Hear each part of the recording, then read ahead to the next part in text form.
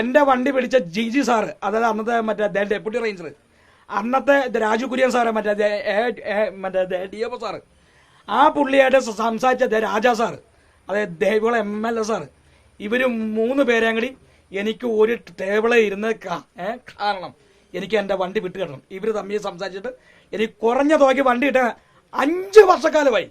ഈ 5 വർഷക്കാലം CC വെച്ചോണ്ടിരിക്കാൻ ഏതെങ്കിലും എല്ലാവർക്കും പറ്റുന്നതാണോ?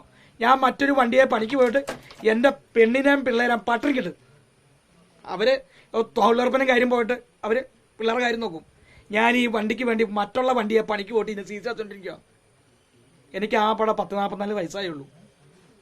ആ പ്രായത്തിൻ്റെ അവസ്ഥ അറിയാലോ. പെണ്ണ് കെട്ടി പിള്ളേർക്ക് പ്രായമായി, അവരുടെ കാര്യത്തിന് വേണ്ടി നോക്കേണ്ട പ്രായം ഇന്നും കിടന്ന് അനുഭവിക്കുക. വലിയ ഈ വണ്ടി പിടിച്ചിടാനുള്ള കേസ് അന്ന് എന്താ സംഭവിച്ചേട്ടാ?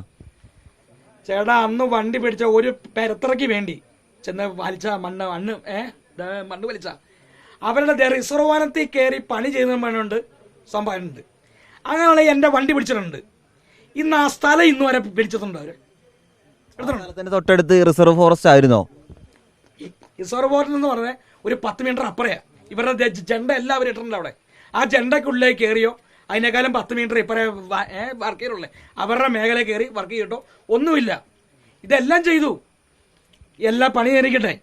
ഇതിനെല്ലാം ചെയ്തേക്കുന്നത് ആ പട എൻ്റെ 5-6 മരം പറിച്ചിട്ടുണ്ട്. ഈ മരത്തിന് ആകെപ്പാടെ ഇട്ടേക്കുന്നത് 500 രൂപയാണ്.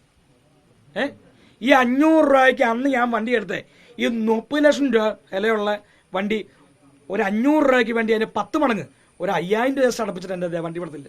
2021 സംഭവം നടക്കുന്നത്. എന്നാ ചേട്ടൻ വണ്ടി എടുത്തേ? ഇത് അല്ല, ഞാൻ വണ്ടി എടുത്ത 2019 ഫെബ്രുവരി മാസത്തില. അത് കഴിഞ്ഞിട്ട്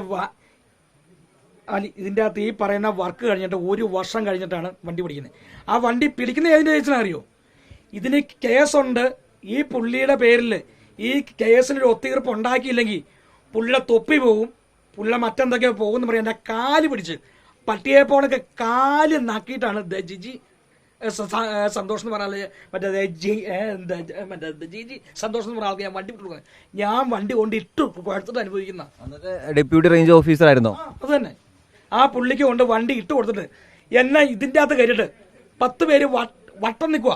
യുവമാര് പറയാതെ ഈ ജി സന്തോഷം പറയുന്ന കാര്യമല്ലാണ്ട് ഒരു വക എന്നെ എൻ്റെ സ്വന്തം ഇഷ്ടപ്പെടാൻ എഴുതാൻ സമ്മതിക്കില്ല.